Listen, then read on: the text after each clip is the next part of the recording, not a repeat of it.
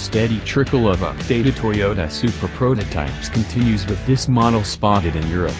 At a glance, this looks just like any other Supra prototype seen in the past few months, but the back end has a new detail. The generic circular LED taillights have been replaced with production units that fit the shape we've been seeing through the camouflage.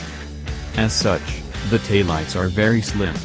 They also have no retro hues from the previous generation Supra, such as the individual circular light elements in the housing. Instead, the edges of the housings are lit up with what seem to be LEDs, and the light is diffused through an interesting textured red lens. With the lights off, there don't appear to be any distinct lighting elements.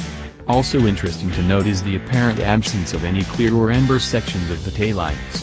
It could be that the reverse lights will be mounted somewhere lower in the bumper. The turn signals could be incorporated into the reverse lights if needed, or blink red in the tail light housing.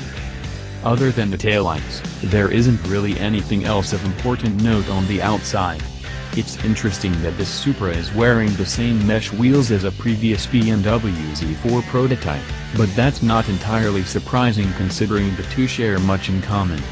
We expect the car will be available with 4 and 6-cylinder engines making between 248 and 335 horsepower. It's also possible that it will only be available with an automatic transmission.